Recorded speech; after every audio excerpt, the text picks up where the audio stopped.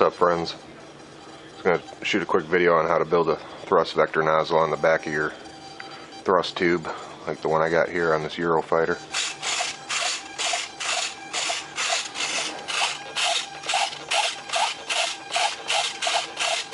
As you can see, your microcontrol servos, they have like 3 holes in them, so you can add multiple connector rods. So what I did was I ran one connector rod back to my elevon back here on the right. Then I used a second notch to run another control rod back to the control horn on the thrust vector nozzle.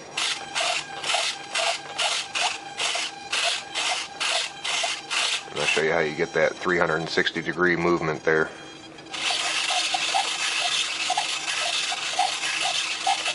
It's a lot of fun to fly these jets with this little system. So here I got a 30mm fan shroud that I picked up. And again, we'll be using the little dollar store kids coloring book cover. This stuff is like as thick as like a Christmas card you get at CVS. It's not very thick, it's pretty thin stuff. But again, I got this at the dollar store.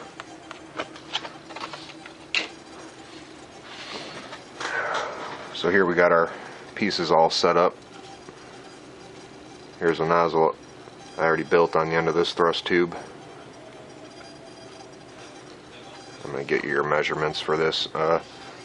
Your thrust tube itself will be different lengths, of course, for your different jets.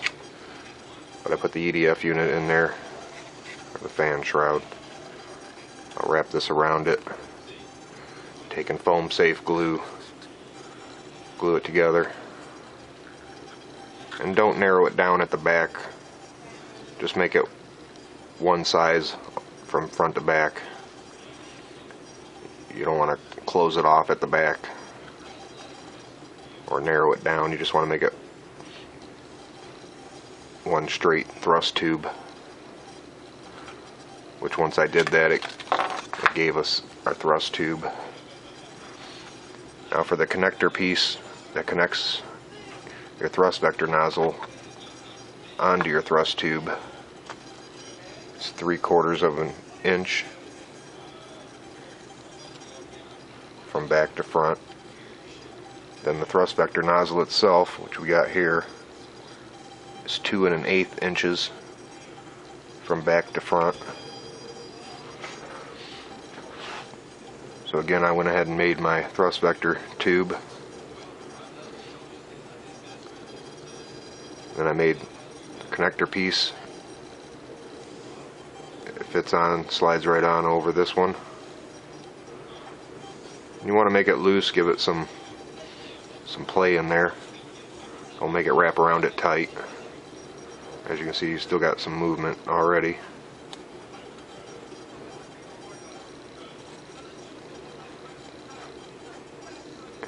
And when you connect this on, I use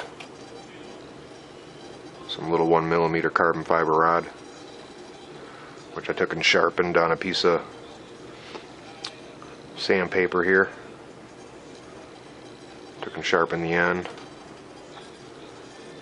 But I'll use like this little poker stick here to punch my hole. And when you slide this on, you only want to go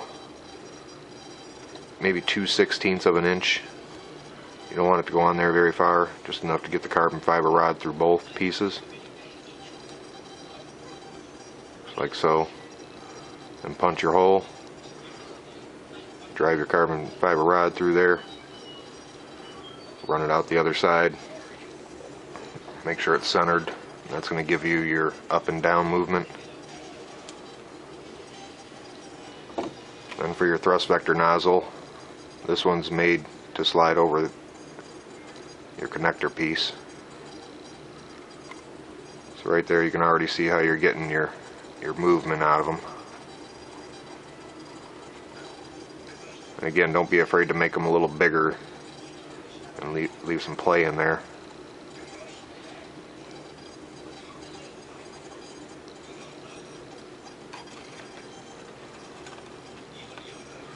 So again, your thrust vector nozzle is 2 1/8 from back to front.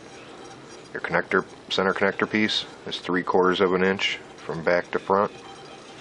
And then your thrust tube itself is going to be whatever size you want it to be to fit your jet, however, whatever length you're going to be wanting it. Like on the X47 here, this thrust tube is fairly short. Here you can see I got the center piece and then the thrust vector nozzle on the back of it.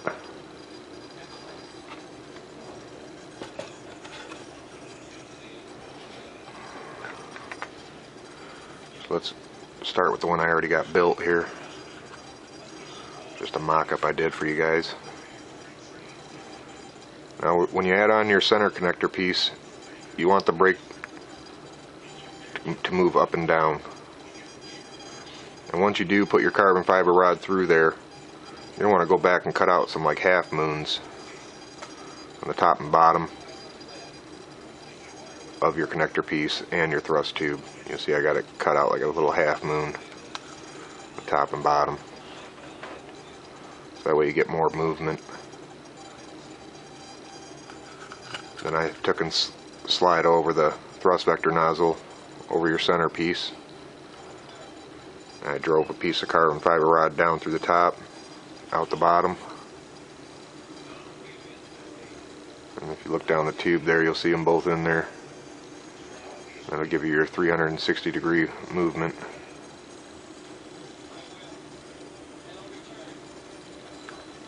So make sure your brake for the center is just like what I got here. You want it for your up and down,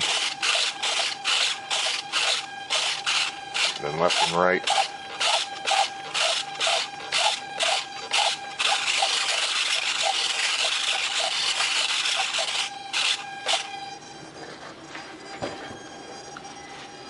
So once you have that, you go ahead and install these Dubrow micro control horns. You want to center your control horns between your carbon fiber rod on your first brake and the carbon fiber rod that you put on the second brake going down through the top. You want to center it between them both.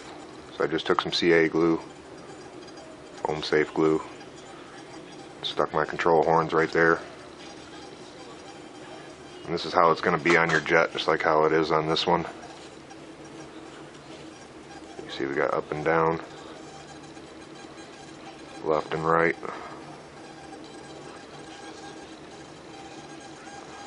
And once you put your carbon fiber rod through, I just leave the carbon fiber rod hang out, stick a little foam safe glue on the end here. That way it joins it together, and then just keep moving it around so that the two pieces don't end up stuck together. You just want the carbon fiber rod glued to this center connector piece.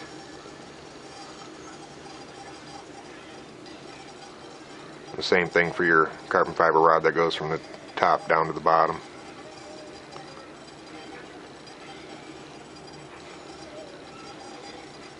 It's fairly simple to do. I figured I'd give you your measurements on what I use there. So there's my thrust tube. It's going to be whatever size you need to fit whatever jet you're building. And you got your 3/4 of an inch, the 2 1/8 for your thrust vector nozzle. Now when I make my thrust vector nozzle, just like on this one,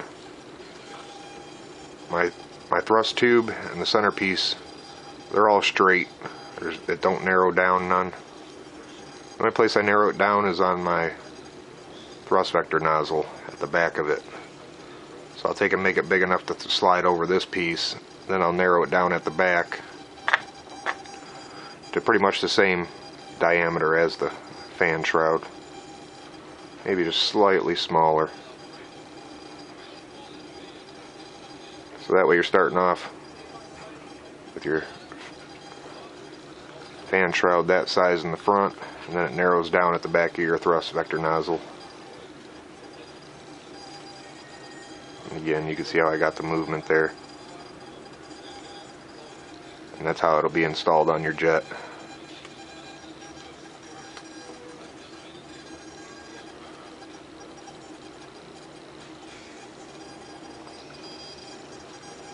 Guarantee if you guys build one of these for your microjet, you're gonna love it. It's a lot of fun to fly.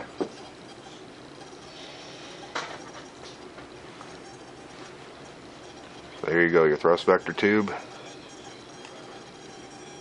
Your center connector piece slides over that one, and your thrust vector nozzle, you make it big enough to slide over that one.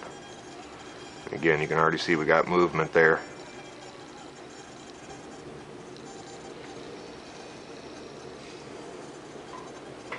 And once you put your carbon fiber rod through the side and through the top down, you can pull it back out and go ahead and cut out your half moon shapes. That way you get a lot of movement. And it ain't going to affect your airflow with this moving around at all, or these openings.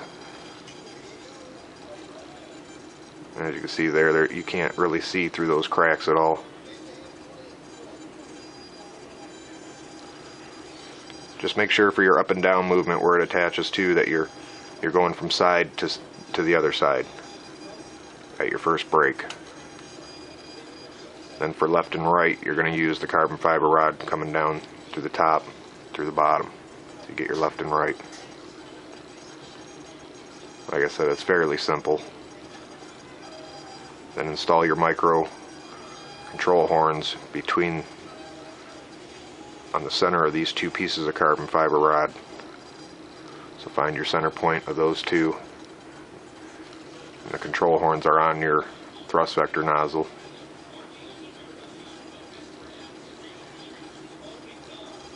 Alright, hopefully you guys can figure it out from this video. I don't know what else more I can do to show you. It's fairly simple to do. I'm sure you will figure it out.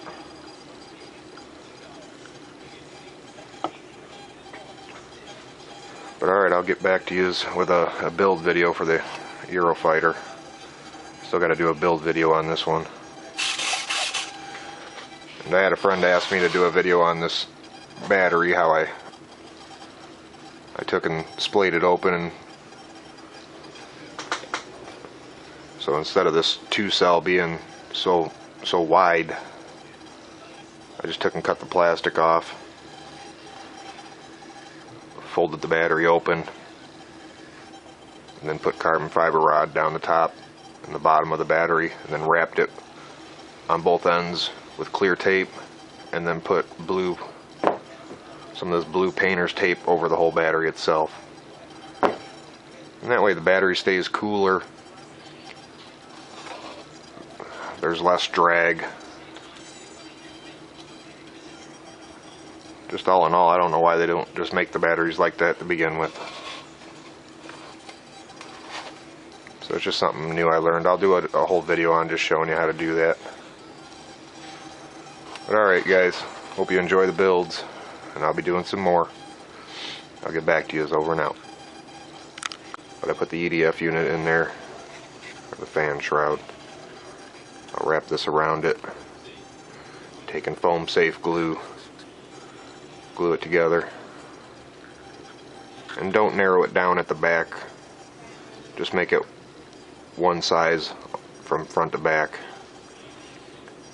You don't want to close it off at the back or narrow it down. You just want to make it. What's up, friends? I'm going to shoot a quick video on how to build a thrust vector nozzle on the back of your thrust tube, like the one I got here on this Eurofighter.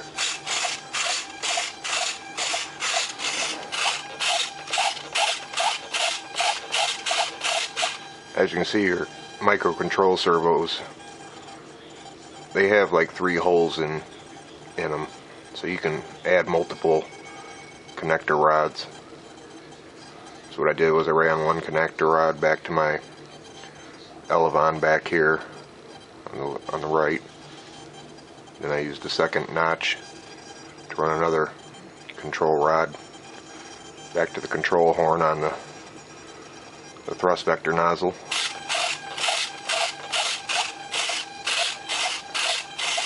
And I'll show you how you get that 360-degree movement there.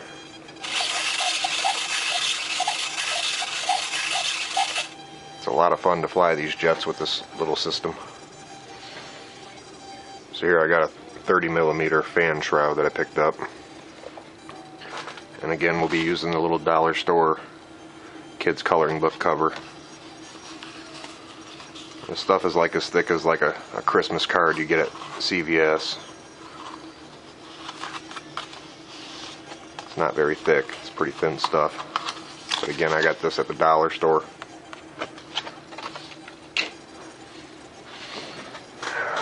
So here we got our pieces all set up. Here's a nozzle I already built on the end of this thrust tube. I'm going to get you your measurements for this. Your thrust tube itself will be different lengths, of course, for your different jets.